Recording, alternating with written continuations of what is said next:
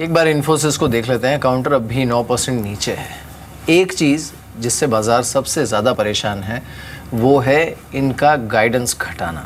इस पूरे साल के लिए जो इनका रेवेन्यू का गाइडेंस था उसे कंपनी ने डाउनवर्ड रिवाइज किया है।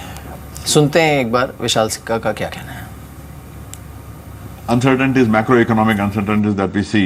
So altogether, when we were looking at it, given that we did 2.2% in the quarter, which is 1.7 in previous quarters, constant covering our revenue guidance, but we are continuing to be very confident about the direction that we have in both areas, not in both the renewal of all our existing services, which have showed a significant momentum, as well as in particular in the new areas. Alright, अब अंचल हमारे साथ हैं। Results के बाद brokerage houses का क्या कहना है ये एक बार देखते हैं। बताइए अंचल।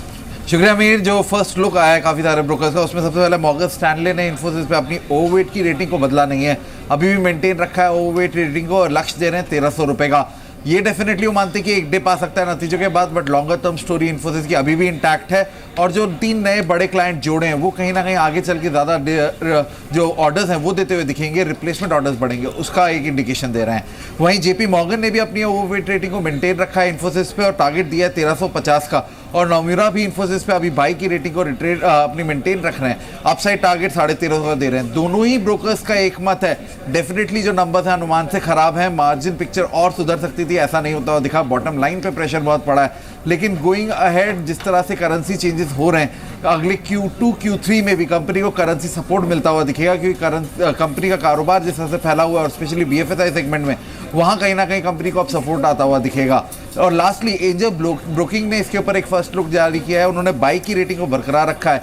1374 सबसे बुलिश टारगेट एंजल ब्रोकिंग की तरफ से, अभी भी मानते हैं एक अच्छी लेवल पे है इन्फोसिस, हर गिरावट में खरीदारी की जा सकती है और वही नजरिया उनका अभी है।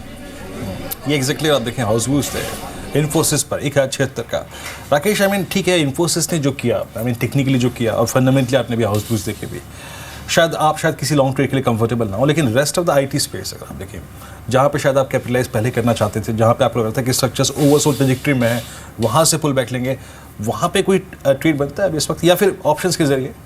नहीं वीरेंद्र, अगर आप देखें तो कल तक ऐसा लग रहा था कि विप्रो एकमात्र IT स्टॉक लगता था कि जो कि एक अपट्रेंड में आ चुका था, और दूसरा HCL टेक लग रहा था कि शायद नीचे से ओवरसोल्ड टेरिटरी में एक पुल बैक देखने को मिले। साथ साथ लगता था टेक महिंद्रा शायद एक ब्रेकआउट लेगा, बट आज इन्फोसिस के नतीजों के बाद सभी में एक डिक्लाइन देखने को मिला है। मैं तो बिल्कुल भी किसी तरह की बॉटम फिशिंग के लिए इन स्तरों पर बिल्कुल कंफर्टेबल नहीं हूँ, वेट एंड वॉच करना चाहिए।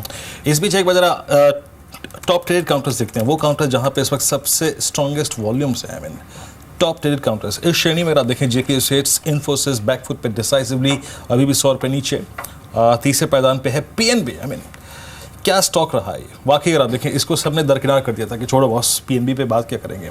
70 रुपये जून की सीरीज़ के पहले दिन इसका भाव था, अभी जुलाई का अंत नहीं हुआ है और स्टॉक स्ट्राइक कर रहा है 140 को।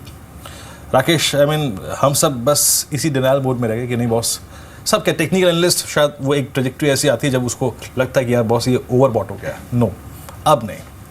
अब PNB आप क्या करेंगे इस वक्त 135 पर?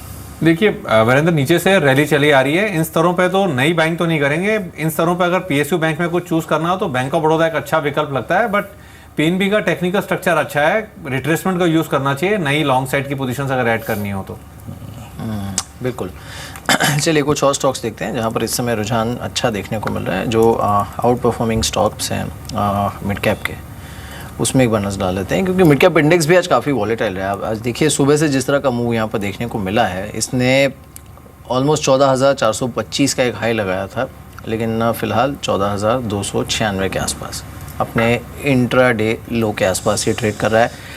भारत फाइनेंशियल इंक्लूजन है जो कि करीब 3% ऊपर है, साथ ही ABB, oil India, Piramal, Bajaj Finserv, Concor और TVS मोटर्स, ये कुछ ऐसे काउंटर्स हैं जहाँ पर आज अच्छा मूव देखने को मिल रहा है। साथ ही अपोलो टायर्स और एक काउंटर है जो कि अच्छा मूव इस समय दे रहा है यहाँ पर। आपके रडार पर कोई स्टॉक है इसमें से राकेश? बहुत स्टॉक्स रडार पर हैं। TVS मोटर्स जिसका आपने नाम लिया, काफ़ी बेहतरीन टेक्निकल स्ट्रक्चर है, नीचे में एक अच्छा बेस बना है स्टॉक के अंदर। 303 के अराउंड एक अच्छा बेस बना हुआ है। इस स्टॉक में मुझे लगता है कि एक रैली देखने को मिल सकती है ऊपर में 312 315 तक की। एबीबी को देखें तो काफ़ी बेहतरीन टेक्निकल स्ट्रक्चर है। 1250 के स्टॉप लॉस के साथ एबीबी को बाई किया जा सकता है 1300 के टारगेट के लिए। कॉनकोर का जिक्र करा आपने, मुझे एक अच्छा लॉजिस्टिक्स प्ले लगता है। कॉनकोर 1415 का स्टॉप लॉस 1500 के लक्ष्य के लिए कॉनकोर को बाई किया जा सकता है। चलिए इस बीच थोड़ा से और कुछ टॉप ट्रेडेड काउंटर्स को देखते हैं। वो काउंटर जहां पे वॉल्यूम्स काफ़ी अच्छे खासे थे। पीएनबी का जिक्र किया था मैंने, बात स्किप करके आगे निकल गया था 232। फिर आप देखिए टाटा स्टील ये करीब 3% ऊपर है, 13 रुपये की मजबूती यहाँ पे है। BOB in the mid cap basket है, पीएसयू बास्केट माफ़ कीजिएगा, बहुत स्ट्रॉन्ग। लेकिन एलआईसी हाउसिंग फाइनेंस पे नजर रखिएगा 525 पे। देखिए ये क्या होता है स्टॉक ना, कभी भी आपको एक कंफर्टेबल ब्रेकआउट नहीं देगा, एंड स्पेशली जब वो ब्रेकआउट मल्टी ईयर हो। याद रखिए इसने 520 के ऊपर एक ब्रेकआउट दिया था, फ्रैंकली स्पीकिंग 523 के ऊपर, लेकिन फिर अगले दिन थोड़ा सा बाजार ने परेशान किया, कुछ ये ओवरबॉट ट्रेजेक्ट्री में चला गया था। लेकिन आज एक बार फिर से राकेश 500 के साइकोलॉजिकल लेवल से इसने पुल बैक दिया है। आप कितना कॉन्फिडेंट है स्टार्ट को लेकर, और ये जो 1.5 साल का ब्रेकआउट है इसकी शेप क्या दिखता है? लाइकली टू बी जो प्रोजेक्शन है हायर लेवल्स पे वो क्या होंगे? देखिए वीरेंद्र, एक बड़े चार्ट पर एक बड़ा ब्रेकआउट है। अगर ये स्टॉक इन्हीं स्तरों के आसपास क्लोजिंग लेने में कामयाब हो जाता है तो एक अच्छा उछाल towards 565 570 on a conservative basis देखने को मिल सकता है। चलिए इस बीच समित चौहान भी हमारे से जुड़े हैं बात करने के लिए। समित, गुड आफ्टरनून कार्यक्रम में स्वागत है। समित, एग्जैक्टली आज सीएनएक्स आईटी पे जो डैमेज हुआ है, इन्फोसिस पे जो डैमेज हुआ है, इसको आप लोग कैसे देख रहे हैं? आई मीन शायद निफ्टी उसके डैमेज से कुछ बाहर निकलने में सक्षम रहा है because of that Nifty bank approach and specially PSU basket. आप लोग मार्केट्स को कैसे रेट कर रहे हैं इस वक्त? Good afternoon. देखिए क्लियरली आज इन्फोसिस के रिजल्ट के आने के बाद ओवरऑल जो आईटी स्पेस में हमने करेक्शन देखा है, उसके बाद निफ्टी ने एक हद तक काफ़ी होल्ड किया है क्योंकि बैंकिंग इंडेक्स काफ़ी स्ट्रॉन्ग है। और अगर आप देखो तो काइंड ऑफ इंडेक्स बैलेंसिंग भी हो रहा है। जो एचडीएफसी ट्विन्स है, जो हेवी वेट्स है, वो होल्ड कर रहे हैं, रिलायंस इंडस्ट्रीज़ है, तो ये सब क्लियरली एक इंडेक्स बैलेंसिंग दिख रहा है। तो हमें ज़्यादा कुछ बेंचमार्क इंडेक्स पे डैमेज होगा वो ऐसा व्यू नहीं है हमारा। बट हालांकि अगर निफ्टी आईटी की बात करें तो उसने क्लियरली ब्रेकडाउन दिया है, और फ्रॉम करंट लेवल भी ये निफ्टी आईटी इंडेक्स में और डाउनसाइड हमें देख सकते हैं। एटलीस्ट 10,400 10,300 के लेवल निफ्टी आईटी में दिख सकते हैं। इन्फोसिस ने जो 1155 का उसका मेजर सपोर्ट था वो आज कन्विंसिंगली ब्रेक किया है। हालांकि 1050 का एक स्ट्रॉन्ग सपोर्ट है, वहाँ पे कहीं ना कहीं पे आज होल्ड कर पाए। बट हमें लग रहा है अगर कोई भी बाउंस आता है तो वहाँ पे ये स्टॉक में सप्लाई ऊपर की तरफ दिखेगा। तो यहाँ पे ज़्यादा बॉटम फिशिंग नहीं करनी चाहिए डिस्पाइट द फैक्ट कि ये स्टॉक एक अच्छे खासे सपोर्ट पे है। इनफैक्ट अगर लॉन्ग में कोई पोजीशन अटकी हुई है तो हर एक बाउंस में वहाँ पे एक बार के लिए एग्जिट कीजिए। तो निफ्टी में हमारा व्यू हम मेंटेन रख रहे हैं 8650 जो एक नेक्स्ट रेजिस्टेंस होगा वहाँ तक तो एटलीस्ट हम एक्सपेक्ट कर रहे हैं। तो यहाँ पे डेफिनेटली शॉर्ट तो नहीं जाना चाहिए क्योंकि कोई भी इंट्राडे डिप आ रहा है वहाँ पे हम क्लियरली बाइंग इमर्ज होते हुए दिख रहे हैं। बिल्कुल। कोई और बाइंग है मिस्टर चौहान जो आपने रेकमेंड की हो आज की जो गिरावट और थोड़ा वोलेटाइल सेशन देखने को मिला है इसमें?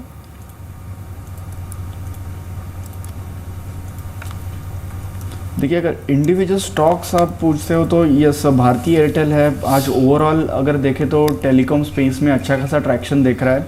तो आज वॉल्यूम के साथ हम देखें तो एक कंसोलिडेशन के बाद भारती एयरटेल पे ब्रेकआउट दिख रहा है। तो हमें लग रहा है from current level also Bharti Airtel में एक अच्छी खासी अपसाइड हो सकती है। 388 से लेके 390 के लेवल्स हम एक्सपेक्ट कर रहे हैं आने वाले कुछ दिनों में। तो इसमें खरीदारी का मौका यहाँ पे भी हो सकता है। 365 का हम एक अच्छा खासा बेस बनते हुए देख रहे हैं अर्ली चार्ट पे। तो उसके नीचे एक स्टॉप लॉस मेंटेन करके डेफिनेटली एक बाइंग पोजीशन भारती एयरटेल में ली जा सकती है। चलिए एक बार मैस्टेक को देख लेते हैं। इनकी जो टॉप लाइन है वो 133 करोड़ से घट के 130 करोड़ हुई है, और साथ ही जो कंपनी का मुनाफा है वो भी 4 करोड़ 40 लाख से गिर के 3 करोड़ 58 लाख हुआ है। मैस्टेक इस समय करीब 1% ऊपर। राकेश कैसा लगता है आपको?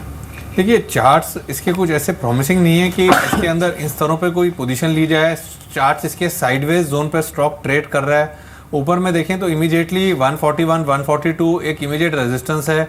नीचे में 132 133 एक इमीडिएट सपोर्ट है। किसी के पास लॉन्ग पोजीशन है और ट्रेडिंग का नजरिया है तो 132 का एक स्टॉप लॉस लगा के पोजीशन को होल्ड किया जा सकता है। ऊपर में अगर 147 148 के लेवल्स टूटते हैं तब कोई रैली की संभावना है, एल्स स्टॉक एक साइडवेज जोन के अंदर ट्रेड कर रहा है। चलिए कुछ और इंटरेस्टिंग स्टॉक्स को देखते हैं। आप एक देखिए Bajaj financials, Bharat financials inclusion लगभग 3% ये ऊपर कारोबार कर रहा है, शानदार मजबूती यहाँ पे है। उसके बाद देखिए आप एक सेंचुरी प्लाई, आज तमाम अगर आप देखें जो प्लाई स्टॉक्स में तेजी थी because of that safe guard duty की जो खबर थी उसके बीच एक्सपेक्टेशन है उसके लगने की, लेकिन मैं थोड़ा सा कुछ और फ्लेवर खोजना चाह रहा था। EIH को देखिए आज करीब 3% ऊपर, अच्छी तेज़ी यहाँ पे है, लेकिन फोर्टिस हेल्थ केयर 170 पर छोड़ते हैं, स्किप करते हैं। अगर आप देखें इंटरेस्टिंग चार्ट नहीं है। ग्रीन प्लाई इंडस्ट्रीज, उसके बाद HFCL 19 के स्तर पे करीब 5.5% ऊपर, ये भी अगर आप देखें कोई क्लियर कट मैंडेट नहीं दे रहा है कि मैं एग्जैक्टली किस ट्रेजेक्टरी में जाऊँगा। और उसके बाद होटल लीला वेंचर्स, हिंदुस्तान यूनिलीवर 10 रुपये ऊपर। और देखिए इस बीच आप मास्टेक को देखिए प्लीज़ एक बार, पोस्ट नंबर्स मास्टेक अगर आप देखिए ऑलमोस्ट डे हाई पर 5% ऊपर 142 के स्तर पे, तो नंबर्स पे स्ट्रीट का रिएक्शन काफ़ी अच्छा खासा है। खैर मैं कमिंग बैक टू तो strong counters, IB housing finance को देखिए आप, इंडियाबुल्स हाउसिंग फाइनेंस को 711 के स्तर पे। समित, इस स्ट्रक्चर पे आपकी राय चाहूँगा, बहुत दिनों बाद मोमेंटम इसमें जनरेट हुआ है। हालांकि 711 के प्राइस पे बहुत कुछ इंटरेस्टिंग नहीं है, लेकिन इंटरेस्टिंग 750 के ऊपर होगा या फिर 650 के पास होगा। आप कैसे अप्रोच करेंगे इस स्टॉक को? देखिए अगर हाउसिंग फाइनेंस की बात करें तो इंडियाबुल हाउसिंग, LIC हाउसिंग और DHFL जिनमें वॉल्यूम काफ़ी अच्छा होता है, और अगर आप ओवरऑल इनकी परफॉर्मेंस देखें लास्ट 1-1.5 महीने से, तो ये ओवरऑल स्पेस ने काफ़ी अच्छा आउट परफॉर्म किया है। But with in this space अगर कोई स्टॉक्स हमें पिक करने होंगे तो डेफिनेटली LIC प्रिफर्ड पिक होगा, जिसमें हमें लग रहा है कि 550 के लेवल्स आने वाले कुछ वीक्स में आ सकते हैं। आज भी रिजल्ट के बाद इसने प्रिसाइज उसका जो सपोर्ट लेवल था 508 505 वहाँ से एक शार्प रिकवरी दी है, तो ये कंटिन्यूशन ऑफ मोमेंटम LIC में भी जारी रहेगा।